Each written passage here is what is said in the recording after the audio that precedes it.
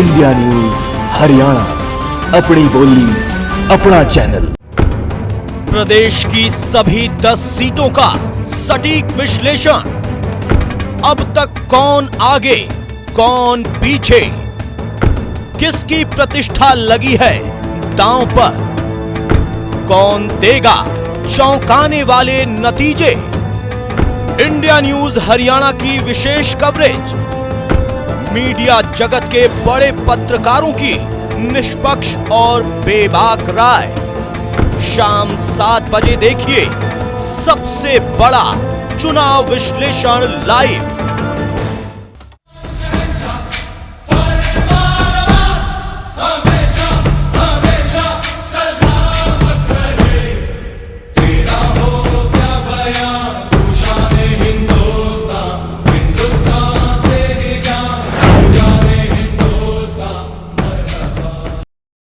सरकार अगर मान लो उनके 2 कैंडिडेट भी जीत जाते हैं जी जी, तो वो तो उसको ही समर्थन देंगे। अगर जहां पर बीजेपी कमजोर पड़ती है, मान लीजिए जैसे हिसार का उदाहरण लेते हैं जी, हिसार में अगर मान लीजिए दुष्यंत चौटाला जीत जाते हैं, क्योंकि वहां पर अकाली दल भी समर्थन कर रहा है उनका, बाबा रामदेव भी दुष्यंत चौटाला को समर्थन दिया है।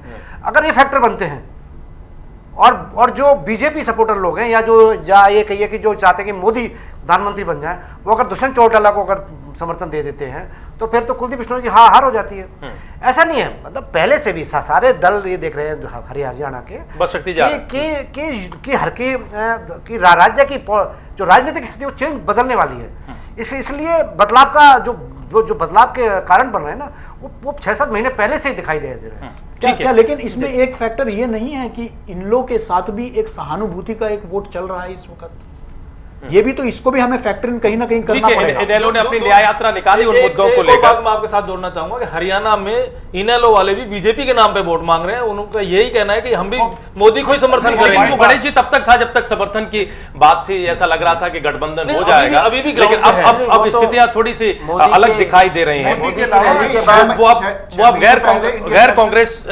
गैर कांग्रेसी चेहरे की बात करने सकती है। हम आएंगे आपके पास, लेकिन अमित जी की राय लेना बहुत जरूरी है। अमित जी, हम यहाँ मुद्दों पर बात कर रहे हैं कि भ्रष्टाचार, महंगाई, डेवलपमेंट या स्थानीय मुद्दे कितने हावी होंगे, लेकिन उससे बड़ी बात निकलकर सामने आ रही है कि ये सारे मुद्दे एक तरफ है, एक जगह है, और जो सबसे बड़ा मुद्दा है हमारे प्रदेश में जो दिखाई भी देता है वो जाट गैर जाट का मुद्दा है।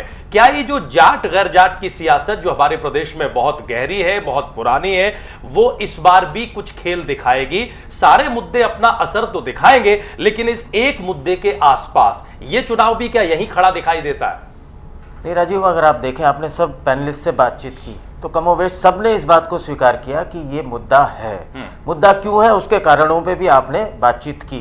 वो कारण क्या है वो शक्ति ने भी बताया, सुरेश जी ने भी बताया, रास बिहारी जी ने भी बताया कि वो कारण ये है कि चाहे वो नौकरी हो, चाहे संसाधन हो, चाहे वो सत्ता हो, बहुत सारी चीज़ों पे उस समुदाय का, एक पर्टिकुलर समुदाय का कब्जा है और उसके बावजूद भी उसको आरक्षण मिलता है। ये आप किसी से भी अगर आप बात करेंगे तो जो भी दूसरा समुदाय होगा, ये मानवीय वो है कि उस समुदाय को असुरक्षा होगी या जिसको कह सकते हैं कि परेशानी होगी, इसमें कोई दो राय नहीं है। अब वो वोट में कितना कन्वर्ट होता है, अब वो वोट में कन्वर्ट करने की जहां तक बात है तो उसके लिए पोलराइजेशन की आवश्यकता होती है। जितना संगठन उस समुदाय में है, क्या उतना संगठन नॉन जो जाट है उनमें संगठन है या नहीं है, तभी वो वोट में कन्वर्ट होता है, तभी वो कहीं ना कहीं सीट्स में जाके परिवर्तित होता है। तो ये तो आने वाला समय ही बताएगा। लेकिन एक चीज सुरेश जी ने बहुत अच्छी बात कही कि ये आपके विधानसभा के चुनाव नहीं है। गैर जाट, नॉन जाट, ये सारे के सारे मुद्दे जो हैं वो कहीं ना कहीं बहुत ज्यादा प्रभावी आपको नजर आएंगे विधानसभा के चुनाव में। लोकसभा के चुनाव में आप किसी भी उस पर चले जाइए, मैं एक छोटा सा उदाहरण आपको देता हूं तो आपको अंडर करंट और मानसिकता का आभास होगा। उससे आपकी लॉयल्टी हो सकता है इनेलो के प्रति हो, ठीक है, आपकी भारतीय जनता पार्टी के प्रति या कांग्रेस के प्रति हो, लेकिन एक जो बात चली है कि भाई ऊपर तो बैठाएंगे मोदी को और नीचे अपनी अपनी श्रद्धा के हिसाब से या अपने अपने उसके हिसाब से आप वोट दे दीजिए। ये बात बहुत प्रभावशाली तरीके से चली है, जिसमें जाति के भी बंधन टूटते हैं, जाट और नॉन जाट के भी, जिसको कहते हैं कि पोलराइजेशन खत्म होता है, और कहीं ना कहीं ये हवा चली है। और इस हवा में मुझे लगता है कि ये जो जिसको कहते हैं कि उम्मीदवार ठीक नहीं उतारे, और ये जो सारे परम्यूटेशन कॉम्बिनेशन है, मुझे ऐसा आभास है कि वो सारे के सारे परम्यूटेशन कॉम्बिनेशंस इस बारी ध्वस्त होंगे। आप देखिएगा। शक्ति, मोदी लहर के अलावा क्या ये हवा भी चल रही है जिस बात का जिक्र अमित जी कर रहे हैं? जी बिल्कुल राजीव, मैं बताता हूँ, राष्ट्रीय परिप्रेक्ष्य में चुनाव है, लेकिन हरियाणा में 5 या 6 महीने बाद विधानसभा का चुनाव होना है। और इसके लिए आप देखेंगे कि नारे भी यही उछाले जा रहे हैं, जैसे हिसार की चौधर का सवाल है। हिसार में जिस पार्टी की जीत होगी, अगर इंडियन नेशनल लोक दल जीतती है तो विधानसभा में उनकी राह आसान हो सकती है, और कुलदीप बिश्नोई जीतते हैं तो वो फ्रंट फुट पे आ सकते हैं, हार जाएंगे तो बैक फुट पे आएंगे निश्चित तौर पे। और हरियाणा की जनता भी ये देखना चाहती है, जानना चाहती है कि आखिर मूड क्या है प्रदेश की जनता का, प्रदेश की जनता आखिर किस दल के साथ है। क्योंकि 6 महीने बाद आप देखेंगे जिस पार्टी की जीत होगी, अगर कुलदीप बिश्नोई जीतते हैं और तो उनके जो उनकी पार्टी है, क्योंकि राजनीति भी कहीं ना कहीं अवसरवाद से जुड़ी होती है, जहां लगता है लोगों का मूड जिस तरफ होता है, नेताओं का काफिला भी उसी तरफ चलने लगता है, और धड़ाधड़ नेता एक पार्टी से दूसरी पार्टी में जाने लगते हैं। तो देखने को जो इस वक्त बीजेपी में दिखाई दे रहा है। ये जो चुनाव होगा, इसमें जिस पार्टी की जीत होगी, ये इसलिए जो अहम मुकाबला माना जा रहा है हिसार का, इसलिए माना जा रहा है क्योंकि 6 महीने बाद हिसार की सीट तय करने वाली है कि अगला मुख्यमंत्री कौन होगा। क्योंकि जिस तरफ जनता का झुकाव होगा, उसी तरफ जो अवसरवादी नेता है वो भी उसी तरफ भागेंगे, और जो वोट जो बाकी जो सत्ता बनाने वाले वोट हैं, उनका ध्रुवीकरण भी उसी पक्ष में हो जाएगा जिस तरफ सत्ता आती दिखाई देगी। क्योंकि बहुत सारे लोग सत्ता के साथ होते हैं, और जिधर सत्ता आती दिखाई देती है उस तरफ चले जाते हैं। आप देखेंगे ये जो चुनाव होने जा रहा है, ये हरियाणा की जो अगली भविष्य की राजनीति अगले 5-6 महीनों की, वो भी तय करने वाला है। इसलिए बहुत ही महत्वपूर्ण चुनाव है हरियाणा के परिप्रेक्ष्य। मुझे तो लगता है राजीव कि इसके बाद ही तय होगा कि हो सकता है इनेलो के साथ गठबंधन का, हचका का, अगर आप हिसार की सीट हार जाते हैं। क्यों? अमित ने जो है बात बहुत अच्छी बात कही है, और वो ये जानना है कि हरियाणा की राजनीति में क्या होने वाला है। क्योंकि अभी हरियाणा में जो भाजपा का और इंडियन नेशनल लोक दल का जो समझौता नहीं हो पाया, उसमें कुछ बड़े नेताओं का अपना ईगो की प्रॉब्लम जी थी। जी बिल्कुल। और वो समस्या जो है वो ये लोकसभा चुनाव में है, वो दूर हो जाएगी। ठीक है। हरियाणा की राजनीति में ये लोकसभा चुनाव बहुत बदलाव लाने वाला है। ठीक है, इसमें एक छोटे से एक ब्रेक के लिए एक बात और जोड़ना चाहूंगा ब्रेक से पहले, कि आप देखेंगे 1999 में सिर्फ अजय सिंह चौटाला अभी तक अपने पूरे जीवन में लोकसभा का एक चुनाव जीते हैं 1999 का।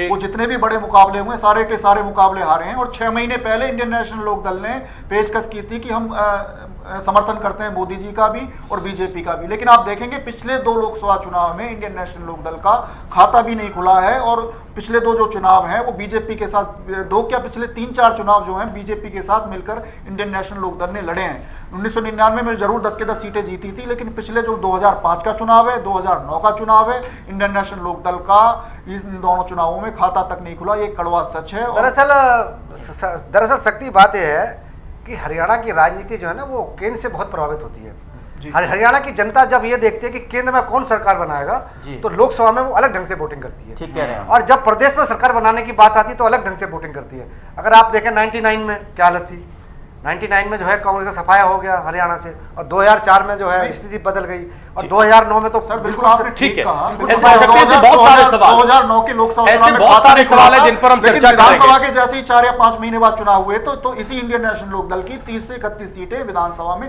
आई थी। ये भी बात की सच्चाई है। मैं वही कर रहा हूँ कि 2009 में कांग्रेस कोई सत्ता में नहीं आई थी, 40 सीटों के ऊपर थी। जी ठीक है, हम एक छोटे से ब्रेक के लिए रुकेंगे, लेकिन ब्रेक के उस पार भी कई सवाल हैं जिन पर चर्चा होनी बाकी है। सवाल ये कि युवाओं की पहली पसंद क्या है?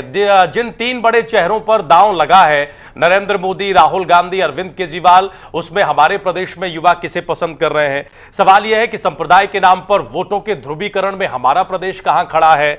सवाल यह है कि हिसार में जो 2 परिवारों की प्रतिष्ठा दांव पर लगी है वो किस भविष्य का इशारा कर रही है? बहुकोणीय मुकाबलों में किस पार्टी को फायदा होता दिख रहा है? बीएसपी और आम आदमी पार्टी किसका ज्यादा नुकसान कर रही है? और हरियाणा में आम आदमी पार्टी का भविष्य क्या है, कम से कम विधानसभा चुनाव के नजरिए से?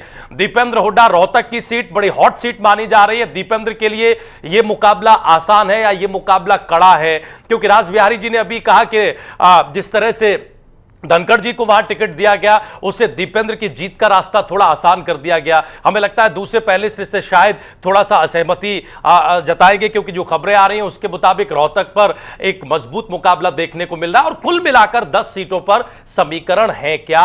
अगर ये सियासत केंद्र से प्रभावित होती है तो केंद्र से प्रभावित होकर विधानसभा में यह कैसा असर डालेगी? एक छोटा सा ब्रेक ले रहे हैं, यह चर्चा लगातार जारी है, तुरंत हाजिर हो रहा है।